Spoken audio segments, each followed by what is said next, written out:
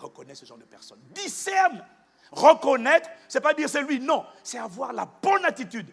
Quand tu as la bonne attitude, tu montres par là que tu reconnais la personne comme étant un partenaire de destinée. Un deuxième type de relation que Dieu envoie dans ta vie, ce sont les mentors. Un mot que beaucoup utilisent sans comprendre le sens. On a dit qu'un mentor n'est pas un ami. Un mentor est une autorité. C'est une personne qui est reconnue et qui est crédible dans le domaine où tu as envie de réussir.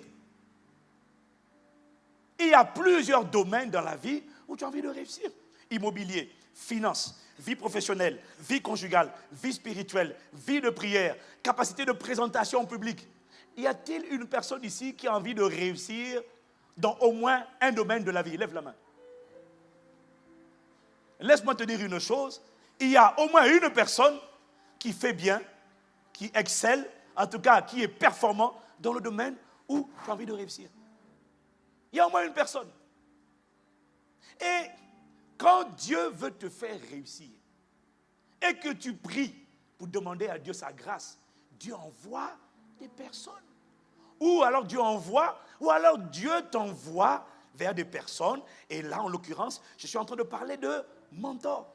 Des gens qui sont crédibles, des gens qui sont performants dans un domaine déterminé. On n'a pas un mentor dans la vie, on a un mentor dans plusieurs domaines. Moi, j'ai un mentor, c'est-à-dire quelqu'un que Dieu a envoyé dans ma vie pour m'aider à investir dans l'immobilier.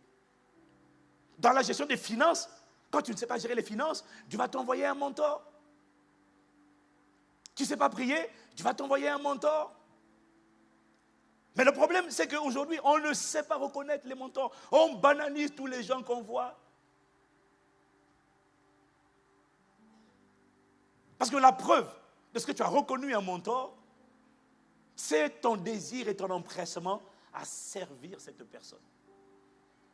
Quand tu es prêt, prompt à servir, à décharger, à alléger une personne qui réussit dans un domaine, c'est la preuve que tu viens de le reconnaître comme étant un mentor. Reconnaître un mentor, ce n'est pas dire « Ah non, c'est lui qui me conseille ». Non. Servir, solutionner les défis d'un mentor, c'est le meilleur moyen d'apprendre et de réussir vite et de gagner du temps. Alors que tu sers la personne avec tes talents, avec ton temps, la personne investit en toi, en conseil, en directive, en instruction. Elle te partage ce qu'elle a appris et ce qu'elle a acquis. Mais cette génération ne veut pas décharger les gens. Lis les messages que je reçois sur mon Facebook, encore cette semaine. J'ai besoin, vous êtes un homme d'impact, vraiment, j'ai besoin de vos conseils pour mon avancée personnelle. Je lui ai répondu, je voudrais que vous soyez mon, c'est ce qu'il m'a dit, je voudrais que vous soyez mon mentor. Je lui ai dit, vous utilisez un mot dont vous ne comprenez pas le sens. Quand tu veux un mentor, il faut lui demander comment est-ce que je peux vous alléger, vous servir, vous décharger. Il ne faut pas dire est-ce que je peux avoir vos conseils. Les conseils, c'est la deuxième partie. La première partie, c'est tu sers. La deuxième partie, celle que Dieu permet, c'est qu'en servant, la personne investit en toi, elle te communique sa sagesse. Là, tu auras une bonne occasion pour dire amen. Quand tu veux réussir dans un domaine, ce n'est pas mauvais d'aller à l'école, il faut aller à l'école. Mais un mentor te fait gagner du temps. Un mentor, l'école t'apprend la théorie. Un mentor t'apprend les choses pratiques. Et ton mentor n'est pas forcément chrétien. Ton mentor est une autorité reconnue et crédible dans son domaine. Et dans tous les domaines, tu peux avoir un mentor. Tu veux investir, créer une entreprise, il te faut quelqu'un. Le problème, c'est que quand Dieu envoie ce genre de personnes, on les banalise. Non, respecte la personne. Tu veux un mentor, et quand il te dit, est-ce que tu peux me donner un coup de main? Oh, je suis occupé. Est-ce que je peux t'avoir? Est-ce que tu peux m'aider? Je suis occupé. Par contre, toi, tu viens, est-ce que je peux avoir des conseils, s'il te plaît?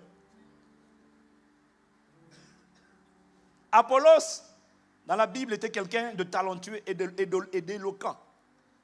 Mais il a appris au pied de Aquila et Priscille. Actes chapitre 18, versets 24 à 26. Un juif nommé Apollos, originaire d'Alexandrie, homme éloquent et versé dans les Écritures, vint à Éphèse. Il était instruit dans la voie du Seigneur et fervent d'esprit. Il a annoncé et enseigné avec exactitude ce qui concerne Jésus, bien qu'il ne connût que le baptême de Jean.